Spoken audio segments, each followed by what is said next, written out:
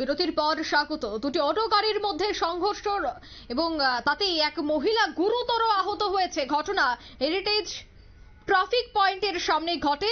জানা যায় এক যাত্রীবাহী মহিলার দেহ থেকে তার হাত বিচ্ছিন্ন হয়ে যায়। এই পুরো ঘটনায় রীতিমতো চাঞ্চল্য। পুলিশ ঘটনাস্থলে উপস্থিত হয়েছে। জানা গেছে সেই অটো চালক নেশাগ্রস্ত অবস্থায় ছিল। নেশাগ্রস্ত অবস্থায় থাকায় এই দুর্ঘটনা। অবশেষে পুলিশ তাকে গ্রেফতার করে থানায় নিয়ে গেছে। এলাকা জুড়ে রীতিমতো চাঞ্চল্য। কি বলছে পুলিশ আধিকারিকরা শোনাচ্ছি। তো আমি খবর পাওয়ার পরে 10 মিনিট পরে আসি। যখন খবরটা হলো জিপির থেকে একটা auto towards Paschimbanga, towards Radhanagar, আর একটা রাধানগর থেকে টুয়ার্ডস ওই যেখানে আমাদের পুরগুলি আছে ওই জায়গাতে সম্ভবত দুটা পাশাপাশি ক্র্যাশ না, ঠিক সাইড দিয়ে লেগেছে কতটুকু দূরে। তো যে গাড়িটা জিপির থেকে টুয়ার্ডস রাধানগর যাচ্ছিল ওই গাড়িতেই বোধহয় মহিলাটা ছিল। তো সাইডে লাগাতে সম্ভবত হাতটা বাইরে ছিল,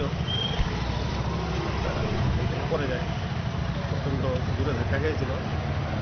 আর যেটা রাধানগর থেকে টুয়ার্ডস জিবি যাচ্ছিল ওটা সামনে গ্লাসটা সব ভেঙে গেছে।